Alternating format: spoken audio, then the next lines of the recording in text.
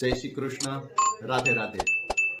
આજનો શુભ વિચાર, સ્નેહ પંથા સ્નેહ કંથા સ્નેહ પર્વત લંઘનમ, સ્નેહ પંથા સ્નેહ કંથા સ્નેહ પર્વત લંઘનમ, સ્નેહ વિદ્યા સ્નેહ વિત્તમ, સ્નેહ વિદ્યા સ્નેહ વિત્તમ, પંચેતની સ્નેહ શને। જીવનની અંદર ક્યારે પણ આ 5 વસ્તુની અંદર ઉતાવળ ન કરવી। આજે એવો સમય આવી ગયો છે નવ યુવાનોને જીવનની અંદર બસ માત્ર ને માત્ર જીવનમાં હરીફાઈ કહેવાનો તાત્પર્ય અમુક વસ્તુ એવી હોય છે જેની અંદર જીવનમાં પણ ક્યારેય ઉતાવળ ન હાલે, અને ઉતાવળ કરવાથી એનું જે ફળ છે એ આપણી વિપરીત દિશાની અંદર જાય છે। આપણા વડીલો કહે છે કે ઉતાવળે આંબા ન પાકે અને ધીરજના ફળ મીઠા। આપણે બધા જાણીએ છીએ, માનીએ છીએ, પણ એ મુજબ જીવતા નથી। તો આ કઈ 5 વસ્તુઓ છે તો ચાલો જાણીએ। સ્નેહ પંથા એટલે કે આપણે કોઈ પણ જગ્યાએ જો પદપાળા જાતા હોય, કોઈ યાત્રાએ જાતા હોય, તો કોઈ પણ કિલોમીટરનું અંતર કેમ નથી, પણ એની અંદર ઉતાવળ ન હાલે। શાંતિથી ધીરે ધીરે આ રસ્તો કાપતો જવાનો હોય છે। ઉતાવળ કરવા જઈએ તો ક્યારેક આ જીવનની અંદર થાક લાગે, અને થાક લાગવાથી જે ધ્યેય, જે સમય આપણા મનની અંદર નક્કી કરેલો હોય એ સમયે ક્યારેક આપણે ત્યાં પહોંચી પણ નથી શકતા। આપણી પદયાત્રા જે છે એ ત્યાં વિઘ્નમય પણ ઉત્પન્ન થઈ શકે છે। માટે કહેવાય છે ચાલતી વેળાએ હંમેશા જીવનની અંદર શાંતિ રાખવી। સ્નેહ કંથા એટલે કે આપણે બેનો દીકરીઓ બધા ઘણીવાર આ મોતીની ગૂંથણી કરે છે, અથવા તો સિલાઈનું કામ કરતા હોય છે, ભરતકામ કરતા હોય છે, તો આ સમયે આ કાર્યની અંદર સદંતર મનને શાંત રાખી અને આ કાર્ય કરવાનું હોય છે। કારણ કે માની લ્યો કે આખું કામ આપણું પૂરું થવા આવ્યું અને ઉતાવળે જો એક ભૂલ થઈ જાય ને તો જે રિઝલ્ટે આપણે પહોંચવું હોય ને ત્યાં પહોંચી નથી શકતા। ત્યાંથી આપણે ભ્રમિત થઈ જઈએ છીએ, અને જે આપણી મહેનત જેવો રંગ લાવવી જોઈએ એવો રંગ પણ લાવી શકતી નથી। કારણ કે આ સંસારનો નિયમ છે સાહેબ, તમે 99 કામ સારા કરો અને એક જો આપણાથી ભૂલ થઈ જાય ને તો સારા કામ 99 ને છોડી દઈશે અને એક ભૂલને સાથે લઈ અને બધા આગળ વધશે।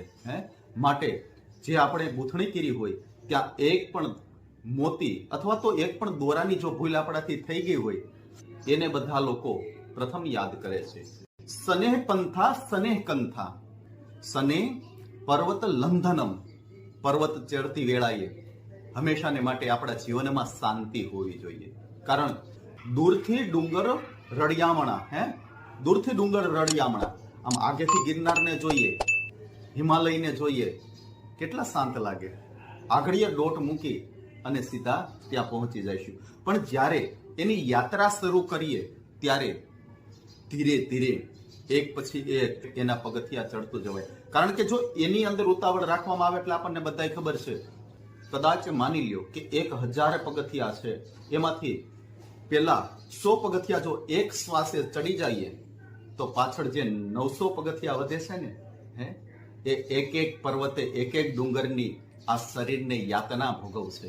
માટે સ્નેહ પર્વત લંઘનમ, પર્વત ચડતી વેળાએ જીવનમાં ક્યારેય પણ ઉતાવળ ન કરવી। આપણે આપણા લક્ષ્યથી ભ્રમિત થઈ જઈએ છીએ। સ્નેહ વિદ્યા અભ્યાસ કરતી વખતે માઇન્ડ, મગજને શાંતિ આપવી। કારણ કે ઘણા લોકો અત્યારની હરીફાઈમાં, રેસમાં ચડી ગયા, ભાઈ બાજુવાળાના છોકરાનો પહેલો નંબર આવ્યો તો મારા સંતાનોનો કેમ નથી આવતો? પરંતુ વિદ્યાની અંદર ધીમે ધીમે આગળ વધાય। જો ઉતાવળે વિદ્યાની અંદર આગળ વધવામાં આવે તો ક્યારેક આપણે પરિણામ જોઈ અને આપણે પણ ગભરાઈ જઈશ। કારણ કે પહેલા ધોરણના બાળકને જો 10મા ધોરણની SSCની બોર્ડની પરીક્ષા આપવામાં આવે તો એ કેમ પાસ કરવાનું છે? માટે પહેલું, બીજું, ત્રીજું એમ સ્ટેપ બાય સ્ટેપ આગળ વધે। એક સમય એવો આવશે કે પર્વત જેવડી પણ આગળ પરીક્ષા હશે ને તો એ બાળક હસતા ખેલતા એને પાર થઈ જશે। માટે સ્નેહ વિદ્યા શીખતી વખતે ક્યારેય પણ જીવનમાં ઉતાવળ ન કરવી। એક વાર ન સમજાય તો 2 વાર। કારણ કે આ 5 પાંડવો, કૌરવો, અશ્વસ્થામા વગેરે જે હાજર હતા અને ગુરુ દ્રોણે જ્યારે કીધું ત્યારે હર એક વ્યક્તિની પરીક્ષા લેવામાં આવી. એમાં અર્જુન તો કોક જ હોય કે જેને માત્ર ને માત્ર પક્ષીની આંખ જ દેખાતી હોય. બધાની અંદર એટલું ટેલેન્ટ નથી હોતું. માટે વિદ્યા અભ્યાસની અંદર રાખેલી શાંતિ પણ ક્યારે એને જીવનની પાસે લઈ જશે. સ્નેહ વિત્તમ, વિત્તમ એટલે કે પૈસા. પૈસા કમાવાની અંદર ક્યારેય પણ ઉતાવળ ન કરવી. એની અંદર કે શોર્ટકટ કે બાયપાસ ન અપનાવવા. કારણ કે આ શોર્ટકટની અંદર ક્યારેક પ્રસંગ એવો પણ બનશે કે એ વ્યક્તિને પોતાના જીવનથી પણ હાથ ધોવાનો વારો આવશે. આ 5 વસ્તુઓ છે, ક્યારેય પણ ઉતાવળ ન કરવી. કારણ કે જો સક્સેસતા મળી જાય તો કોઈ તકલીફ જ નથી, પરંતુ અનસક્સેસ થશે ને તો આગળ કરેલી મહેનત ઉપર બધા ઉપર પાણી ફરી જશે અને પોતે પણ એટલો નિરાશ થઈ જશે. માટે વડીલો કહેતા, ઉતાવળે આંબા ક્યારેય ન પાકે. તો આ સંસ્કૃતનું સરસ મજાનું વાક્ય બની હગે તો યાદ રાખવું અને જીવનમાં પણ ઉતારવું. કેવું?